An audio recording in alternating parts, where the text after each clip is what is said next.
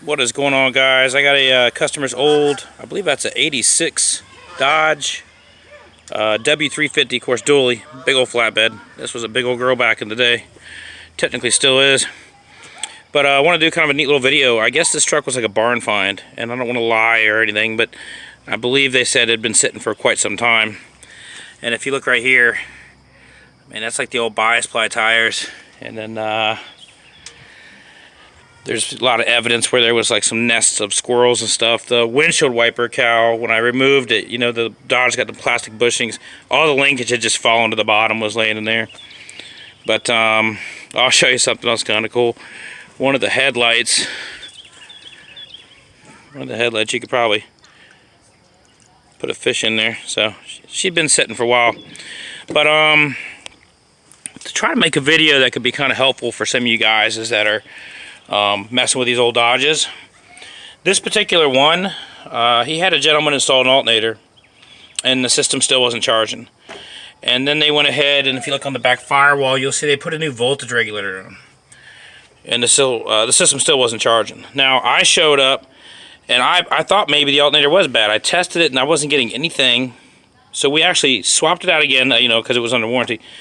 Still no charge. So I said, okay, get this thing to my property so I can just get my hands on it and get to the bottom of this issue. And what it turned out to be was the main lead coming off the back of the alternator. This is going to go all the way through your harness, and it's going to connect over into here to the main, basically the side of the battery.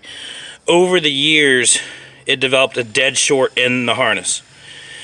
So what I had to do is actually run a new power lead, which would be this guy here, up to where the harness tested good.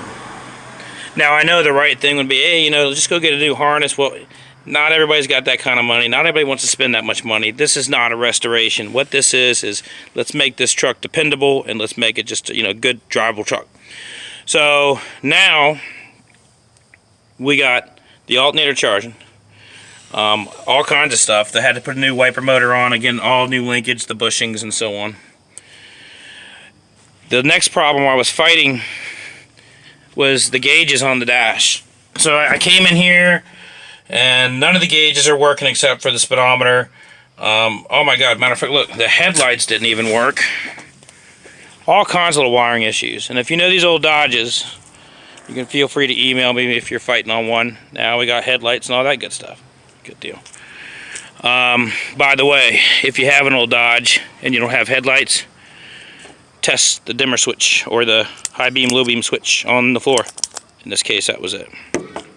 So we got headlights. We got a truck running and driving, but the gauges are crap. They're not doing nothing.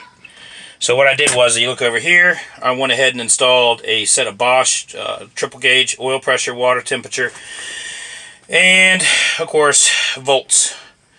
And if you look closely, I got them all wired up to where they light up at night with the dash switch. Kind of nice. So, fire the scroll up here. Well, if you're a Dodge guy, you know those old Dodge starters, don't you? They got a distinctive sound. So anyways, as you can see, now we got some way to keep it on our oil pressure. We got a way here, we got our voltmeter, it's working out real good. And then the water temperature.